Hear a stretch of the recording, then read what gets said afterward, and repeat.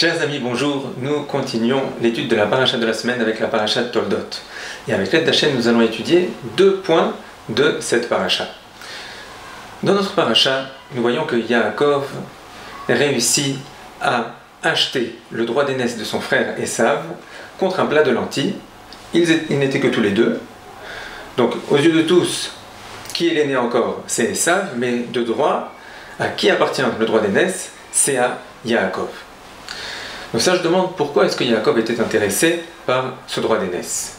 Rashi et d'autres de nos sages expliquent que Yaakov a vu que les descendants de celui qui aura ce droit d'aînesse, eh bien, il est prévu que ce soit eux qui fassent le service au futur temple de Jérusalem. Et donc c'est un très grand mérite, et Yaakov voulait ce mérite pour ses descendants. D'autres de nos sages disent que le droit d'aînesse fait référence à la pensée d'un juif. La pensée d'un juif est en permanence, entre guillemets, attaquée par des notions qui sont, entre guillemets, sans Akadosh Baruch Hu. Un tel a dit, un tel a fait, tel président a décidé cela. La nature voudrait que ceci arrive. D'après les études de santé, ceci devrait arriver. C'est les premières pensées qui arrivent aux oreilles et même donc dans la croyance d'un juif. Alors, est-ce qu'un juif est condamné à penser toujours comme ça? Eh bien, la paracha de la semaine nous dit que non. Certes, aux yeux de tous, Esav était encore l'aîné. Et c'est ce qu'on voit. On voit que notre pensée est prise de court devant toutes les informations qu'elle reçoit. Et ces informations sont des informations qui parlent, entre guillemets, sans Hachem. Sans nous dire Hachem a dit. Hachem a dit à Poutine de dire cela.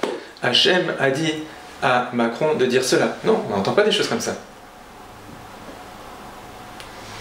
Alors oui, notre pensée, elle est en permanence prise par des informations sans Akadosh Baruch Hu,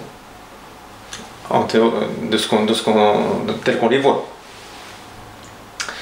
Est-ce qu'on est condamné à rester avec des idées pareilles?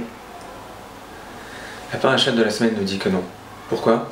Parce que, secrètement, entre Esav et Yaakov, de droit, Yaakov a acheté, s'est emparé du droit d'aînesse, c'est-à-dire de la force de pensée d'un juif. Un juif, s'il le veut, s'il sait et croit qu'il a les forces de le faire, il peut changer ce qu'il pense.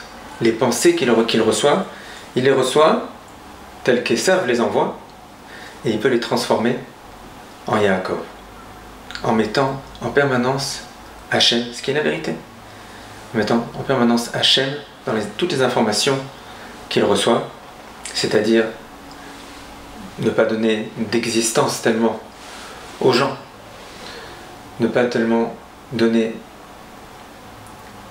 d'importance aux informations qui donnent du désespoir, en sachant que Hachem, si on lui demande, il peut toujours nous aider à changer les choses.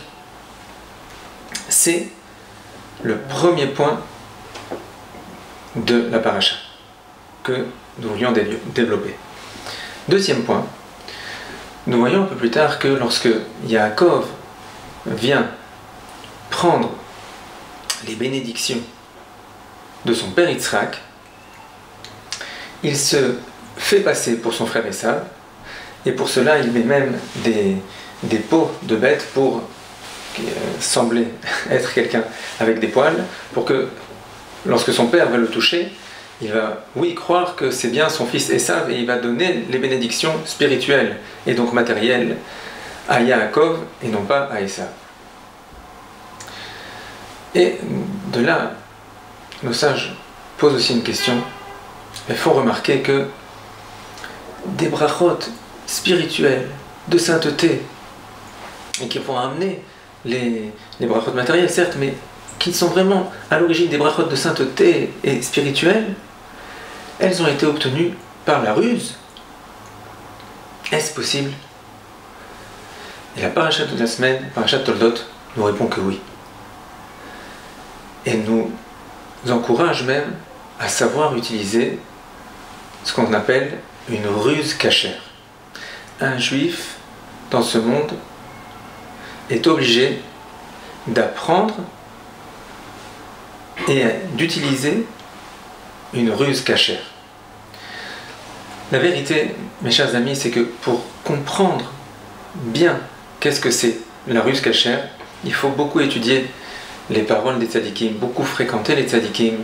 Évidemment que c'est toujours dans le respect de la loi juive, c'est le béaba de la ruse cachère, c'est qu'il faut que ce soit adapté, conforme à la loi juive. Mais qu'est-ce que c'est exactement? Alors, nous allons essayer de donner un exemple pour essayer de comprendre un peu mieux ce principe.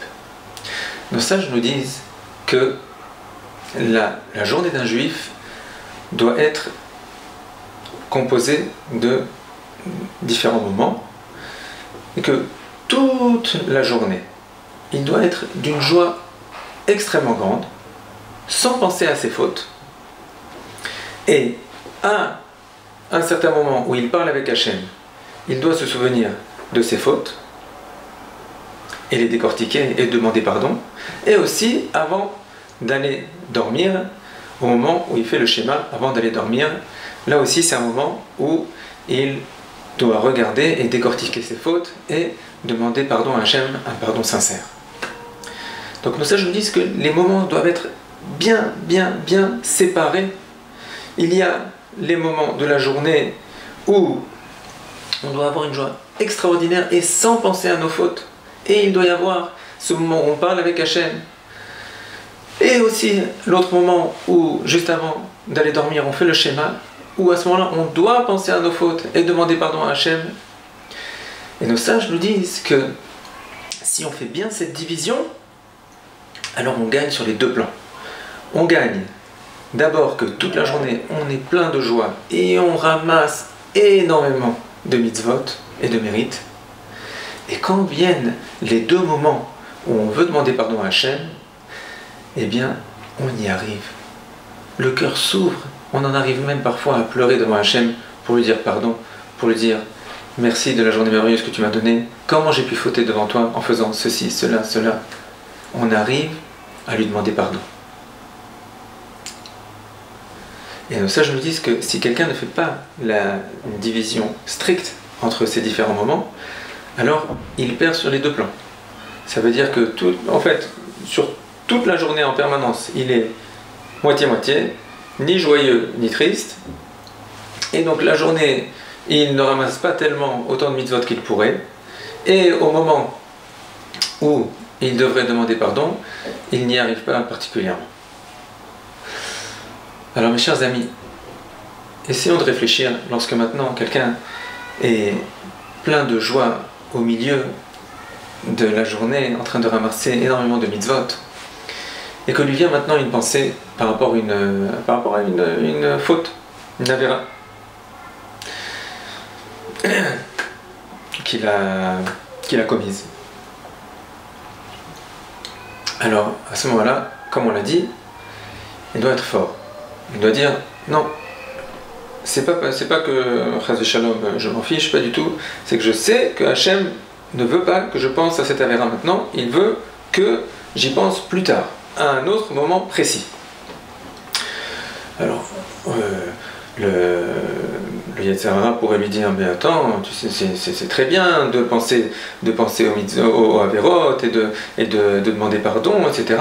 Et là, un juif doit être capable de mettre les habits des saves, comme Yaakov l'a fait, et de dire, non, je ne pense pas à mes Averot maintenant, même si ça a l'air d'être une mitzvah, je fais ce qu'on appelle une ruse cachère. Je ruse et je me comporte en quelque sorte comme Esav, je ressemble à Esav mais à l'intérieur je suis tout le contraire.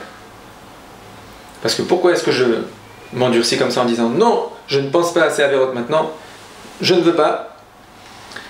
C'est pour mieux servir Hachem.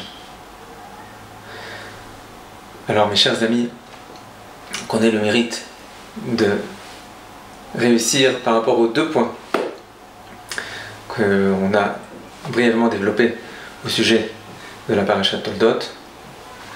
Le premier point est que savoir et utiliser cet héritage qu'on a reçu de Yaakov Avinu, notre Père, qui a, merci Hachem, réussi à acheter le droit d'aînesse à son frère Esav, et ça veut dire qu'on a toujours dans notre pensée la force de voir les choses différemment, même si la première pensée c'est celle d'Esav qui nous arrive, etc.